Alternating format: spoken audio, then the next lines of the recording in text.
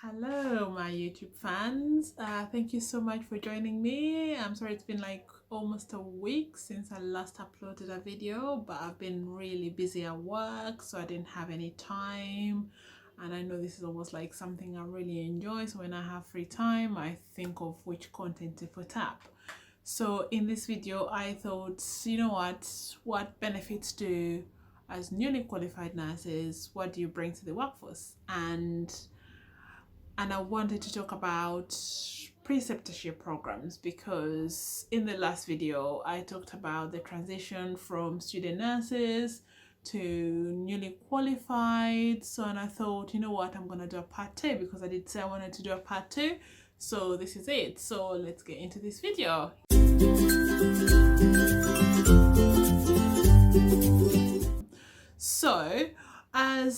So what benefits do you guys bring? Actually, you can bring a lot. You can bring good communication skills. You're forgetting, as student nurses, we were like, they used to tell us a lot about communicate. So as you're just new, you're gonna have so much time with your patients. You're gonna bring this skill to the workforce. You're gonna literally give all you have to your patients. So this is a really good skill that you're gonna have. And I'm not saying because we've already been qualified for such a long time, people don't have communication skills. Everybody does communication skills, but I thought this was one of the good points that as newly qualified nurses, I think in my point, this was one of the skills that I think that was quite strong that we actually bring to the workforce. The other point I wanted to say is, as newly qualified nurses or whatever, we can bring change to the workforce. I know change is a big thing, and I don't know about you, but we've all worked with different people and everything else, and you find nurses who have been on the ward for like maybe 15 years or even less, and you always hear, no, this is what we've always done and all of that. So because everybody is afraid of change, but because we've worked in so many different placements and different everything, we can see how things are done, and we know like maybe sometimes it's better doing it that way. So we can always try to speak to your manager and be like, you know what, I worked here, and or even if you have a fresh idea of something, you can be like, this is new change, and don't be afraid to speak up. I always ask myself, what's the worst that can happen? The only thing they're gonna say is like, no, it wouldn't work, and they'll give you the rationale of why it wouldn't work. But you know what, at least you put yourself out there. So there is no reason of not trying anything new. The only thing you can do is like, you know what, let me try this. If it works, it doesn't work, and if it does, at least you've tried, and you're there to change the world, isn't it? So yeah, so that was one of the other thing. Another point I wanted to mention is we're gonna bring our high standard of professionalism.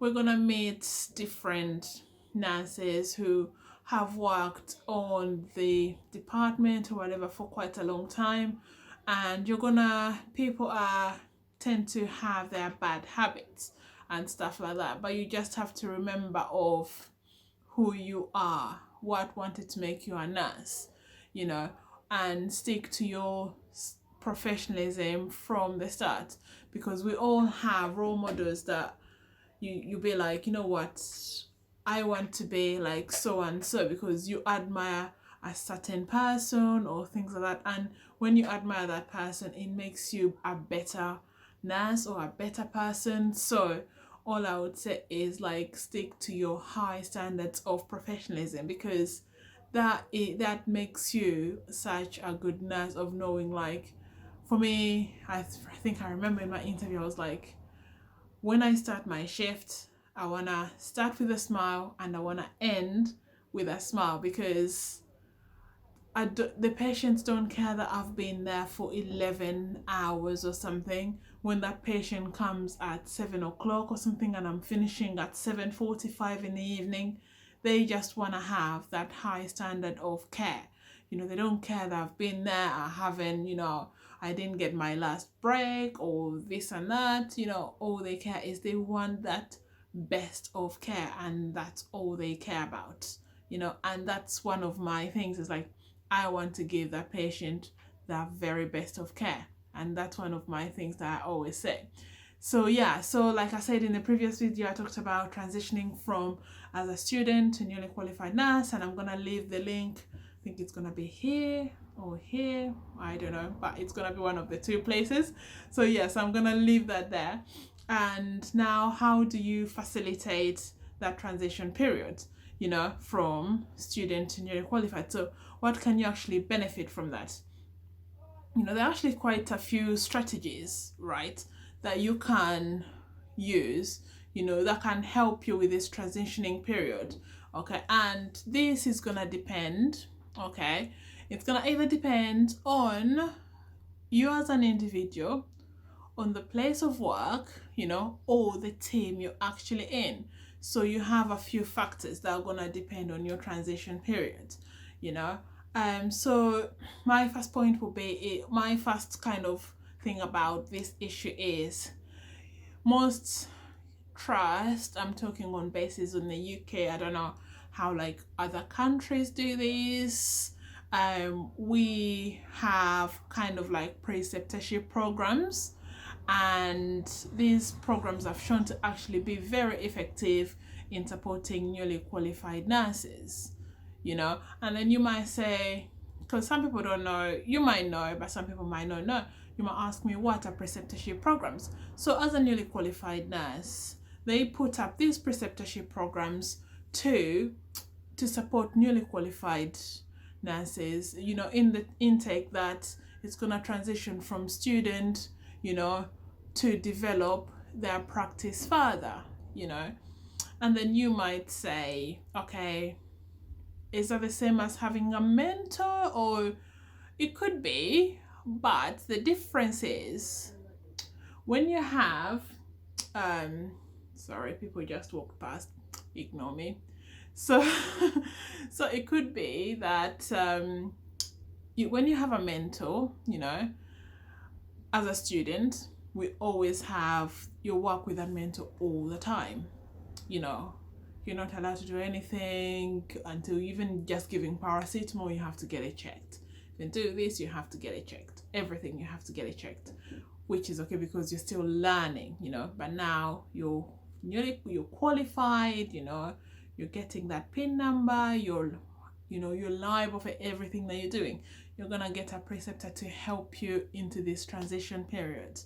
Okay, so a preceptor is gonna be somebody who is qualified, okay, who is quite experienced as well, and they have a passion for that teaching, and then they're gonna help you to transition into, they're gonna help you with a few skills that you're gonna obtain through this. So one of the other things is, they're gonna help you with support. So support comes in different ways, okay? So within this support, you're gonna have, I remember this because you're gonna have lack of confidence in everything. So your preceptor can help you, gain that confidence. You can work with them, or you work on your own. And then if you have any questions, you can go to your preceptor and you can ask those questions if you're actually not sure about that, or anybody else that in your workforce, or anybody else that you're working with, to answer any of your questions. Okay, so they're gonna help you with your confidence, which is really, really good. And the other thing is, they're gonna help you grow, within to gain your competencies. So your competencies, you might have like a workbook, competencies that you have to sign. So they're gonna help you with that competency book. All right, and they're gonna also help you to break that gap between the theory into practice, because they can explain things a little bit further. Because like we all know, students, yes, we're students, but we actually become nurses when we actually qualify. When you get that patient and you know what, now you have to think about everything you're doing. You have to read that before you give that drug. Before you just went to your mentor and they'll be like, they can't question you everything when you're students, but now everything is on you. You have to be careful with everything else that you're doing. Okay. And the other thing is like having a supportive environment. Having a supportive environment is so crucial, because they can provide you with the education that you need, provide you with a clinical skills, and maybe even with the management skills that you might need. So within this point, actually, I wanted to say, like within your trust, who is your CPE, like your clinical practice educator? Okay, your clinical practice educator, these are the people that are gonna help you with your education. They can book your training programs. But the only thing I would say is when you go for that interview, you have to ask these questions. You have to be like, this comes into my point I made. It's all about individual, almost like your personal responsibility, okay? Because then you might ask me, who books my training? These are the questions you're gonna be asking. Ask on your training programs, who is gonna book your trainings? Because some trusts, it's your personal responsibility to make sure that you're actually up to date with your training. We are quite lucky because our clinical practice educator, they check and to make sure that we're actually up to date with our training, which is really good. Apart from the online, because we've got online training that it's our responsibility to make sure that we do it, all of that. But the others, but find out how you actually do your trainings and stuff, because you might have to be able to, you might have to book that yourselves. That's all I would say. All right. So one thing, actually, this is really an important point. We even did this in university. They used to make us write a SWOT analysis. Okay. And this, like, what are your strengths, weaknesses, your opportunities, okay, and your threats. So having this done, we did this from year one of university. Like every placement you went to, you would write down what opportunities are you gonna get from that places, So even up to now, I still do that. Like I can write down things that I've obtained since I started, and then know that what I want to gain in the next 3 months, in the next 6 months, and then try and work on that. And then if you go and maybe have a meeting with your preceptor or anything like that, you can be like, have realistic goals, know what you actually want to achieve within, this. So have those goals, and then at least this shows that you actually organize and you know exactly what you want to get within your 6 or 12 months of your preceptorship program, because it depends how long your program is as well. The other point is reduction of stress. How do you deal with stress? This is everywhere. I get stressed. I'm not even gonna lie about that. I get stressed. I just, like, my last shift I did on Friday, it's like we haven't been so busy at work in such a long time, and all the patients were coming in at the same time, because I work in any, and my colleague was on a transfer with another patient, and I got so stressed, and I literally, because I was gonna say make sure you seek help and you don't get stressed and all of that, I went to my matron and I was like, can you please get me some help? And I was lucky because she had extra people, she had another nurse to send to come and help me. But what if you don't have that extra nurse? So at the end of the day, she came to me and she was like, it's okay to come to me and ask for help when I have the help, but on those other times you might not have the help, but you just need to learn to prioritize. So this is like a point I wanna share with you guys. Like, it made sense. Try and prioritize your patients. If you have a patient who is sicker than the other, try and deal with that patient first, because my matron said if you get stressed, then that's when mistakes are actually going to happen, because you can't concentrate, you can't do anything. So just try and manage your stress a little bit better, and if it gets worse or something like that, then you can seek help, because there are other people that you can talk to. Don't deal with this stress all on your own, because you're gonna have your practice educators that you can take help to. You're gonna have your friends, you know. You can have your preceptor that you can go to, you know. You can go to your co-workers, you know. You have so many people, you know, that you can go to, you know. I'm gonna try and link a link below of like any help if you think like you're struggling or anything. So please let me know if I've like forgotten anything within my points of wisdom, should I say. So yeah, so let me know, and please subscribe to my channel. Thank you so much for joining me. Make sure you leave a comment down below.